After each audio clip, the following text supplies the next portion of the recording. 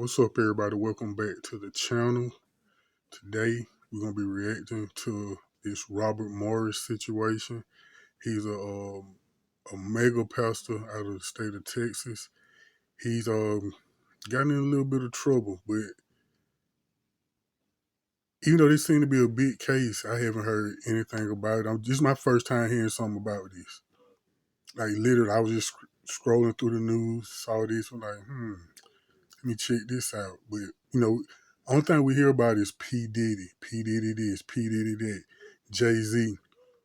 And it's funny that, all the black men that they throwing under the bus, you see all the YouTubers talking about, you see everything making the headline news. But for some reason, they kept this on the wraps pretty good, pretty good. Okay, this is out of USA Today. And this dude, Robert Morris, okay, what led to Pastor Robert Morris' indictment? Here's a timeline of events. I ain't gonna read all of it. I'm gonna hit a couple of key points, okay? A couple of key points. Before an Oklahoma grand jury indicted Gateway Church founder Robert Morris on five felony counts of lewd or indecent acts to a child. The senior pastor's resignation a year ago caused a stir among his former congregation as his accusers came forward and detailed his alleged years of sexual abuse. So, people coming out talking about how they were sexually abused by this guy. The multi-county grand jury indicted Morris, 63, for alleged sexual misconduct that began in December 1982 and involved a 12-year-old girl. The Oklahoma Attorney General's office said in a statement Wednesday the indictment says Morris' action started on Christmas and continued over the next 4 years. So he been at it a while, huh? There can be no tolerance for those who sexually prey on children, Attorney General Gettner Drummond said in a statement. This case is all more despicable because the alleged perpetrator was a pastor who exploited his position. The victim of this case has waited far too many years for justice to be done. Although the alleged crimes occurred decades ago, the Attorney General's office said the statute of limitations is not applicable in this case because Morris was not a resident or inhabitant of Oklahoma at the time. So there you go right there. That's the guy. That's the pedo.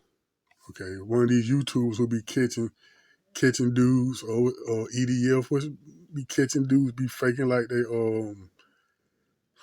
underage minors and they meet up with this with the pervert in Walmart or something. They would need to catch him on. Okay. This one of the accusers, okay. Morris accuser Cindy Clemenshire came forward and publicly detailed the allegations in June 2004 with the Wartburg Watch, a blog about sexual abuse within the church. Oh, okay. You got a blog about sexual abuse in the church. That's how far it's gotten. After almost 43 years, the law has finally caught up with Robert Morris for the horrific crimes he committed against me as a child, Clemenshire said in a statement to the Oklahoman, a part of USA Today network after the indictment was made public. Wow. Oh, here goes some news. Morris was on the President Donald Trump's spiritual advisory board during his 2016 campaign and initial presidential term. He did not have a role in the 2024 re-election effort, Trump campaign said last year. Here's what we know about the allegations against Morris and how they led to his indictment. So, I mean, he probably gonna get a slap on the wrist. He ain't gonna get no real jail time, That's what they're giving him, a little slap on the wrist. They sweep it under the rug. Probably gonna be some other black man they're gonna throw under the bus. They probably, like I said, they're trying to get Jay-Z and Diddy, especially Diddy. But, they probably put some other black man in the forefront and people forget all about this, man. Okay, Cindy Clemenshire alleged Robert Morris sexually abused her from 1982 to 87. Damn, 5 years? In the June blog post, Clemenshire said she and her family were introduced to Morris at a youth revival in Tulsa, Oklahoma, where he was 20 and she was 11 at the time. Morris was a traveling evangelist with his wife, Debbie. So dude just been a little pervert with his wife and told hell she probably know about it. She been married to this dude 40 plus years. She know all these little things. She know how he get down. She know his fetish. She know what he like. I'm pretty sure she done caught him. She probably done found stuff on the computer, found stuff around the house, knowing he doing stuff. So she knows a lot. Morris preached at Clemenshire's church on Sunday, and sometimes he, Debbie, and their son would stay at her family's home. She viewed him as safe and friendly. She said, "Yeah, that's how most of them are. They put out like they got this nice, like Joel Osteen. Joel Osteen give me that kind of vibe too. He all smiling and he's just a nice guy. Man, these people are devils, man. You got to watch out for them." Their relationship forever changed on Christmas 1982 when Morris asked a then 12-year-old Clemenshire to visit him in his room that night. According to her blog post, she recalled thinking nothing of it at the moment, but once in his room, she said he sexually abused her and warned her never tell anyone about this because it will ruin everything. Wow. Clemenshire said the abuse continued in Oklahoma and Texas until 1987. She eventually told a good friend and her parents about the abuse, leading to Morris reportedly stepping down from the ministry for 2 years, she explained in the blog. So this ain't his first time getting caught. So he had to step down from a ministry once before. When questioned why she came forward decades later, Clemenshire told USA Today, "I've always trusted that God's timing would take it wherever it needed to go. Why hide?" So this her right here. And she was 12. I think this her right here. It's probably her mother. Let's see what they say. Cindy Clementine's 12-year-old left her sister. So it's her right here. And this is her older sister. Okay. Wow. Some of these people, man. I don't know what to say about some of these people, man, but I came across a news story. Check out this video.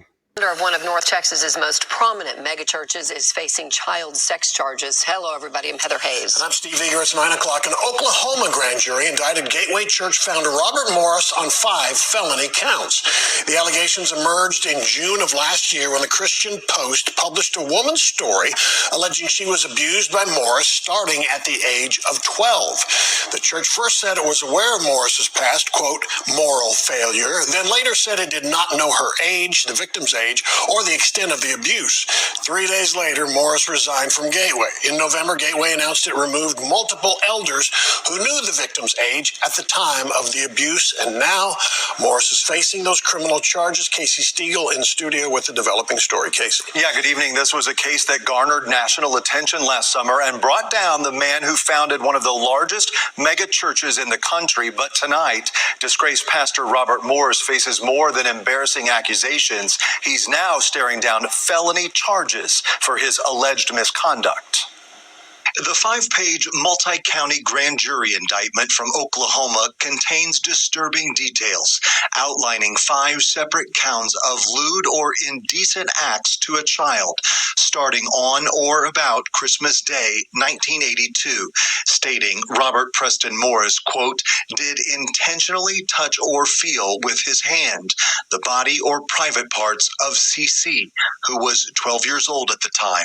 All court documents do not name the victim. The initials, timeline, and details match the allegations made by Cindy Clemenshire. And while Fox 4 does not usually identify victims of alleged sexual abuse, Clemenshire went public with her story last June, detailing moments of her childhood in Oklahoma, where she says Robert Morris molested her repeatedly. At the time, Morris was a traveling preacher and would stay at Clemenshire's home.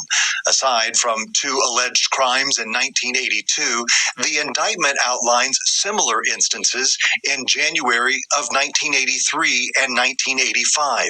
According to court paperwork, it escalated when his victim was 13 or 14, highlighting incidents between January of 1983 and 1985, when Morris, quote, removed her clothing and rubbed his clothed body against hers while inside a parked car. On Wednesday, an attorney... I don't understand. What these parents be at? Like, you, man, I don't understand it, man. You got daughters, man, even your sons, man. How you got some predator just around your child, you know nothing about it, man. Then these kids ain't telling their parents. She ain't almost 43 years later to bring this up. Why you didn't tell your parents? God. Representing Cindy Clemenshire released this statement to Fox 4. After almost 43 years, the law has finally caught up with Robert Morris for the horrific crimes he committed against me as a child. Now it is time for the legal system to hold him accountable. My family and I are deeply grateful to the authorities who have worked tirelessly to make this day possible and remain hopeful that justice will ultimately prevail. Last June, Morris stepped down from his position as senior pastor at Gateway Church in Southlake after Clemenshire's allegations came to light. Morris is a well-known pastor nationwide, once a spiritual advisor to President Trump. A representative from Gateway had this to say in light of the breaking developments. We are aware of the actions being taken by the legal authorities in Oklahoma and are grateful for the work of the justice system in holding abusers accountable for their actions. We continue to pray for Cindy Clemenshire and her family, for the members and staff of Gateway Church, and for all of those impacted by this terrible situation. So why all of these years later? Well, the Oklahoma Attorney General says that the statute of limitations did actually not apply to this case because the accused has never been a resident of that state. Today, we called numbers believed to be registered to Robert Morris, but nobody answered the line. Fox 4 left a voicemail, but have not received a response or any calls back. I'm going to make sure... The founder of one of North Texas... Sorry about that. I'm going to make sure I keep up with this case because it's very interesting to me. I think it's crazy that these women... That's who doing it. Let's be honest. It's women doing it. It's not men. That these women can wait decades, 2, 3, 4, 5 decades later to bring up these allegations.